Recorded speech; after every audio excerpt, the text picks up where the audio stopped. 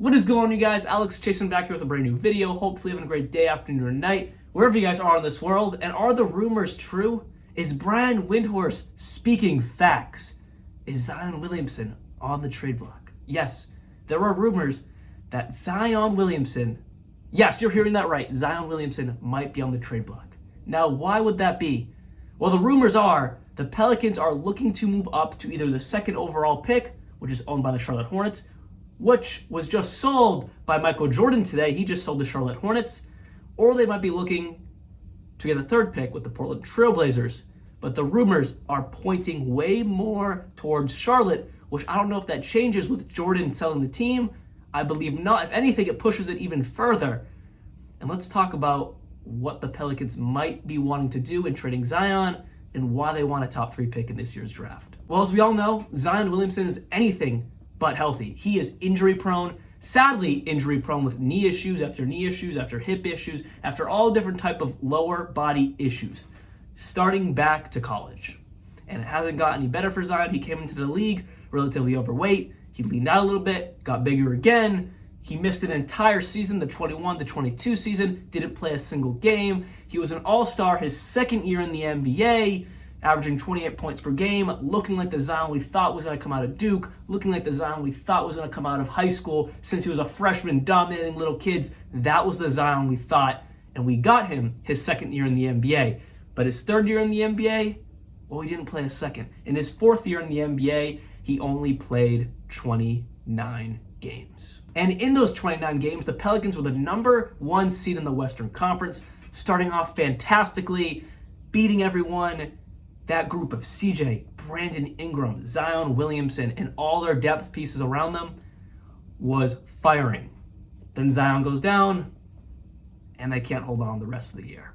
That's how important Zion is. Now, why would the Pelicans want to get rid of this generational talent, who is, when he's on the court, is one of the greatest players in the league, a top 10, verging on a top 5 player when he's on the court?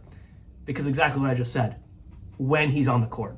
This man is off the court more than he's on the court, and the Pelicans might be at the point where I want to get more security.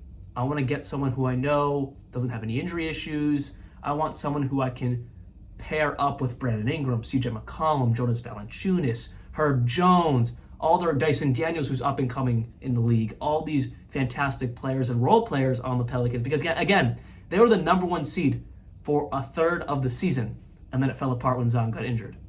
So they want more security. So why would the Hornets want to trade the second overall pick and not just draft Brandon Miller or Scoot Henderson? Well, that's a fantastic question.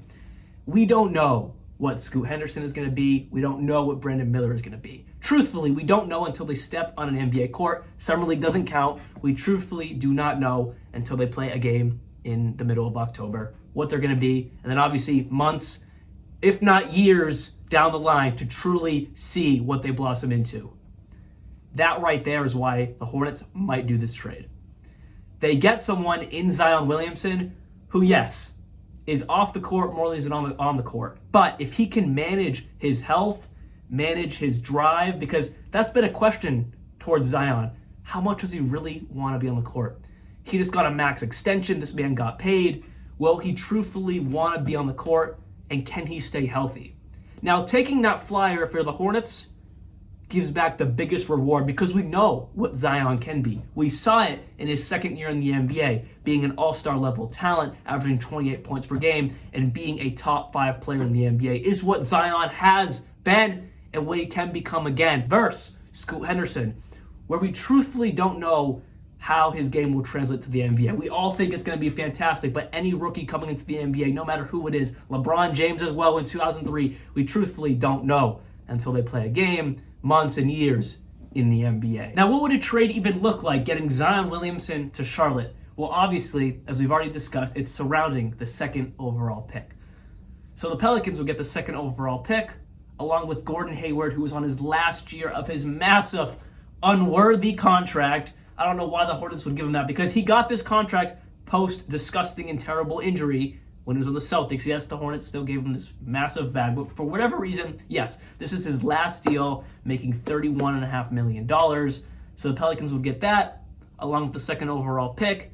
Gordon's just an expiring contract. And also, For a competing championship aspiration team, he is a solid bench player, not making $31.5 million bench player, but definitely a valuable piece to have on your bench. And then for the Hornets, they would get Zion Williamson. Now, for such a blockbuster trade, I would imagine there'd be a lot more to it. Different players switching teams, maybe even a third team coming along for the trade. But at a very basic level, you would have to think Gordon Hayward's massive contract will be getting sent to New Orleans for Zion Williamson, and some pick swaps would be in there as well. The Hornets would do this trade making sure Zion Williamson, A, will be healthy, and B, is bought into the Hornets. Zion Williamson would be going home. He is from Salisbury, North Carolina. He is a homegrown Charlotte Hornets boy. I think Zion Williamson will be bought into this trade. Now for the Pelicans, they would do this trade thinking we get rid of Zion. I'm tired of this injury mess. I'm tired of being off the court more than he's on the court. Let's just get someone we know who's going to be reliable. Scoot Henderson. They don't really have a starting point guard. CJ was playing a lot of point guard minutes, and he's not the most point guard type of player. He's a pure shooting guard. We all saw what he did with Damian Lillard back in the day. So getting Scoot Henderson, not only is he a healthy player, most likely, barring any new upcoming injuries that plague his career, Scoot is a healthy player, and this wouldn't be the Pelicans tanking. They would still have Scoot Henderson, and their hopes are he comes into the league and is just a dominant player. He becomes one of the top players in the NBA. I'm not talking a top 5 point guard year one, but maybe a top 10 to 12 point guard year one is very possible for someone like Scoot Henderson with the hype there and his raw talent and athletic ability all being there. Very possible for someone like Scoot. So the possible starting five in New Orleans post this blockbuster trade could look something like this. Scoot Henderson as your point guard. At shooting guard, you have CJ McCollum. Finally, CJ goes back to his natural position at the shooting guard. At small forward would be Herb Jones. Shout out Bama, Roll Tide. At the 4 would be Brandon Ingram, and at the 5 would be Jonas Valanciunas. And your 6th man will be $31 million man himself, Gordon Hayward. The Pelicans still have guys like Jose Alvarado, Najee Marshall, Trey Murphy III, Larry Nance Jr., Kyra Lewis, Dyson Daniels. That's not a bad bench unit because some of those guys had blossoms of being starter-level players like a Trey Murphy III last season when they got the minutes. But with that said, Josh Richardson and Jackson Hayes are both free agents. Now, Jackson Hayes is a restricted free agent, but in my opinion, I think they're going to let him walk. He kind of proved that maybe he doesn't really fit on this roster anymore. He lost his job pretty much last season. And then for Josh Richardson, he might ask for a little bit too much. I feel like he's going to walk to another team. Now, that opens up a little bit of money, depending on what other trades you make, to get a better guard off the bench. Not saying Jose Alvarado is bad, but he's not the best scorer. He's a fantastic defender, a fantastic facilitator, but I think you need a true scorer off the bench. Now, Dyson Daniels could turn into that next year. I just think he's another year or two away to really blossoming to what he's going to be. He is a project draft pick coming out of Australia. We all knew that. I think it's going to take some time, and it's not going to be next year, so I would really look for a better guard off the bench besides Jose and besides Dyson Daniels. See you guys very soon, and like always, peace out.